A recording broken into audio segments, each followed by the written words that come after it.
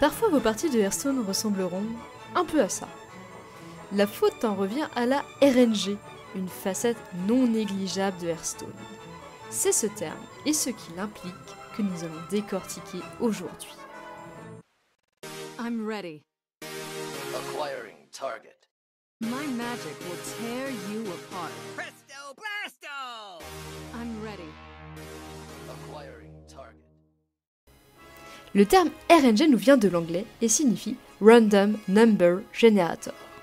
En français, on peut traduire ce terme par générateur de nombres aléatoires. Pour expliquer simplement le phénomène, aidons-nous de l'univers du jeu de rôle. Dans un jeu de rôle, lorsque vous désirez réaliser certaines actions, le maître du jeu va vous demander de jeter un dé, ou plusieurs dés, et ceux-ci détermineront la réussite ou non de votre action et ses conséquences qu'il peut avoir sur votre personnage ou sur l'univers qui l'entoure.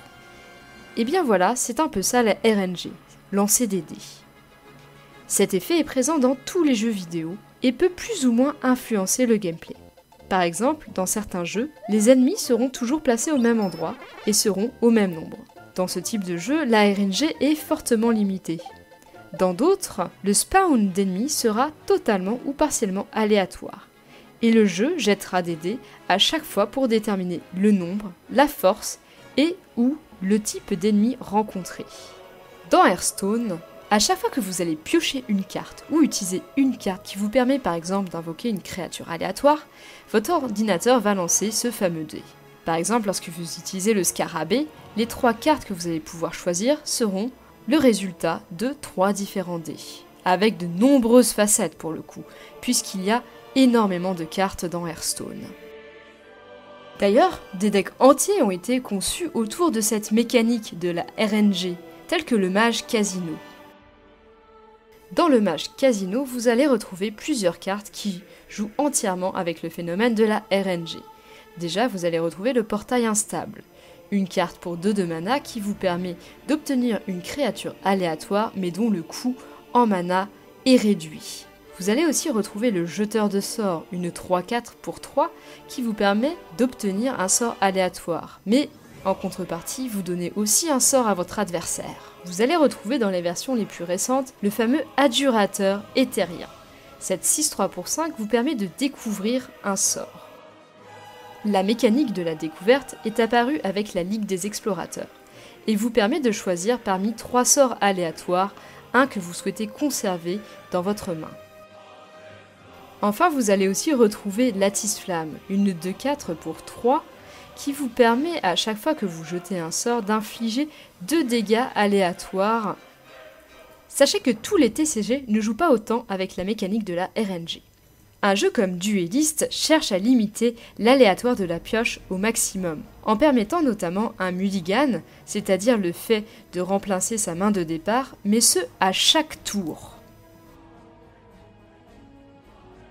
En guise de conclusion, j'aimerais aborder la place de Hearthstone dans le e-sport, puisque cette place est souvent controversée, due justement à la place réservée à la RNG dans Hearthstone, et qui ne fait que s'accroître avec la sortie des nouvelles extensions. Par exemple, un jeu comme Counter-Strike est basé à minima sur la RNG. On va favoriser le skill des joueurs, c'est-à-dire leurs compétences personnelles, et on va réduire au maximum l'aléatoire du jeu. Dans la plupart des MOBA, la RNG réside surtout dans les chances de réaliser des coups critiques et certains effets particuliers, comme par exemple les phénomènes de silence ou de mini-bash. Donc par exemple dans un jeu comme League of Legends ou dans HOTS, la RNG est encore une fois limitée à son maximum, même si elle est beaucoup plus présente que dans un jeu comme Counter-Strike. Enfin, dans l'univers du speedrun, qui est une pratique liée aux jeux vidéo, la RNG est un facteur qui est très handicapant, car elle altère grandement la rapidité d'exécution des joueurs. Donc on voit que Hearthstone, pour se faire une place dans le milieu du e-sport, a encore du chemin à faire dans le cœur de certains joueurs. Mais il faut dire aussi que cette RNG nous donne beaucoup de plaisir. Elle est exploitée notamment par de nombreux youtubeurs afin d'amuser les joueurs ou en tout cas les personnes qui connaissent l'univers de Hearthstone.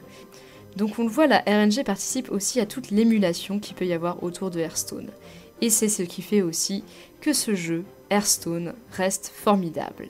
Sur ce, je vous souhaite une excellente journée et je vous dis à la prochaine fois dans Wikistone.